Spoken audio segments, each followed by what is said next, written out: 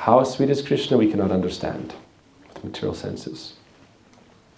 But Guru is therefore the messenger of Krishna? No. Of Srimati Radhika. Srimati Radhika, she is Krishna's eternal beloved.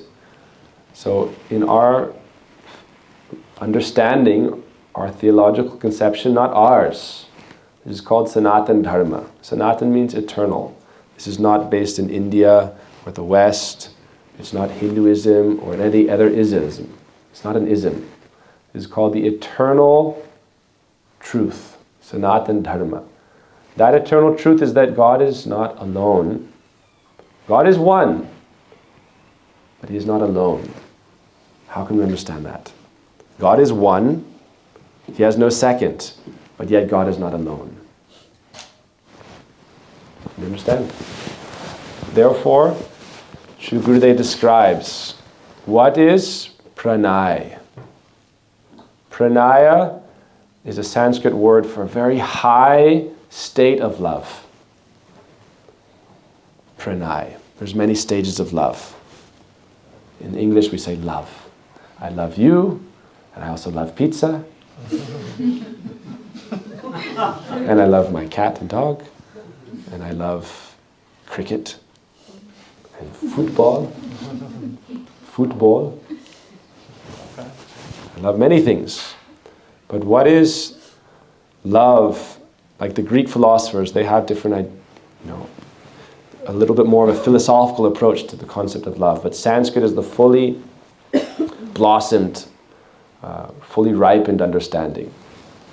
Even so, Radharani once, so Radharani, just as a basic premise, you can understand that she is Krishna's eternal beloved.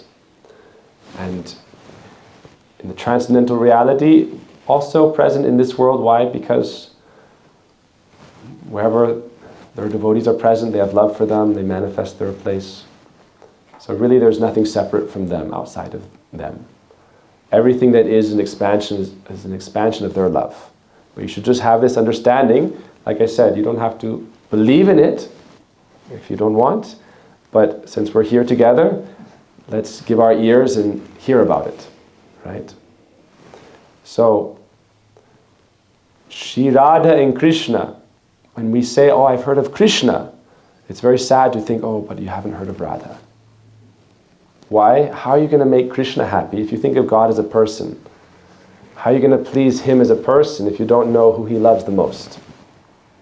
Like, they're always inseparable. Radha, Krishna are eternally inseparable. Why? They are one. This is the philosophy. How are they one? God is one, and He is not alone. It's a very interesting concept. But it's not a concept, it's reality. That's why sometimes reality is beyond our material measurements. This is the idea of illusion. We try to measure everything and understand everything, but when we achieve transcendental vision, then we can understand. Otherwise we can't properly. We can hear. So Gurudev would say, hear, and try to hear with some faith and respect and honor, and then in due course of time it will become reality for you. So therefore, pranaya is that special quality of love that makes God one. It's very interesting that we can say God is one, but yet He is Radha and Krishna too. I don't want to go, because we could talk for lectures hours and hours and hours about this philosophy, so I just want to set a basic premise. But in essence, we should know that by tattva, by philosophy, they are one truth. You cannot divide them. If you try to divide them, it's like trying to split something that cannot be split. What's going to happen? Atomic bomb. Don't try to divide Radha from Krishna or Krishna from Radha. The problem with, sometimes we see something that's not complete, deformed, right? It means we either approach God in His masculine aspect, without Sri Radha, without His counterpart, or as Shakti, only as feminine, without His aspect as well. Either side, if we approach it only that side, then it leads to a certain kind of stunted growth, spiritually speaking. We cannot grow in a fully formed way properly. To Sri Radha and Sri Krishna, when we understand any temple we have of Krishna, Radharani will be there. So we may hear Krishna consciousness, but if you go to the temple, you'll see Krishna is always with Radha. So what does the name Radha mean? Then this comes to the topic, right, of Ras. You heard of the Rasa dance? No? Krishna dancing, you know how Krishna dances with many of his gopis. The gopis are those who are his eternal expansions of Sri Radha. Those are the gopis. Right? Our Gurudev would say that everything that is, the spiritual worlds, the material worlds, all of the different associates of Krishna, they're all his expansions of his Shakti. That means expansions of Sri Radha. Mahapratat Shakti Parinambad. Expansions of Srimati Radhika. So we, living entities, the souls, we're also not directly coming from Krishna. We're coming as expansions of his eternal energies. Right? Tatashta Shakti, but it's still Tatashta Shakti.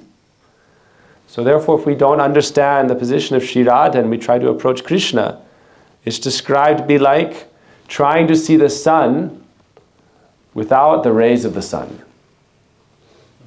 Approaching God without Radha, Krishna without Radha, is like trying to see the sun. It's like saying, oh, I'll see this light without the light. I'll see the sun without the light of the sun. This is illusion. It's madness. Athapa rohita surai nahi jani radha anadara koro sai abhimani. If we don't respect Sri Radha, then it means we're very proud or very foolish. Or a combination of the two. So, Kevala Madhava Pujai So Agyani. If we only worship Krishna without Sri Radha, we're ignorant. And we can't ultimately achieve the highest goal. That doesn't mean, okay, now we'll take Radha separate from Krishna. Why? How are we going to please her? If you separate them, then how are you going to make them happy? Right? The goal of our life is not to separate them. Okay, now Radha is good. Move over here and Krishna, shove him over there. Put him in the bin. Radhe, Radhe, Radhe. We sing Radharani's name to please Krishna and we sing Krishna's name to please Radha. What pleases Radharani the most? Krishna, Krishna, Bolo Krishna, Krishna. And what pleases Krishna the most? Radhe, Radhe, Radhe, Radhe. Therefore, Radha Krishna Prana Mora Jugala Kishora Jivane Marane Ati Arnahi Mora. Radha Krishna together, they are my life and soul. Prana Mor Jugala Kishor. What is their nature? Kishor. You know the word Kishor means? Youthful, eternally, spiritually youthful.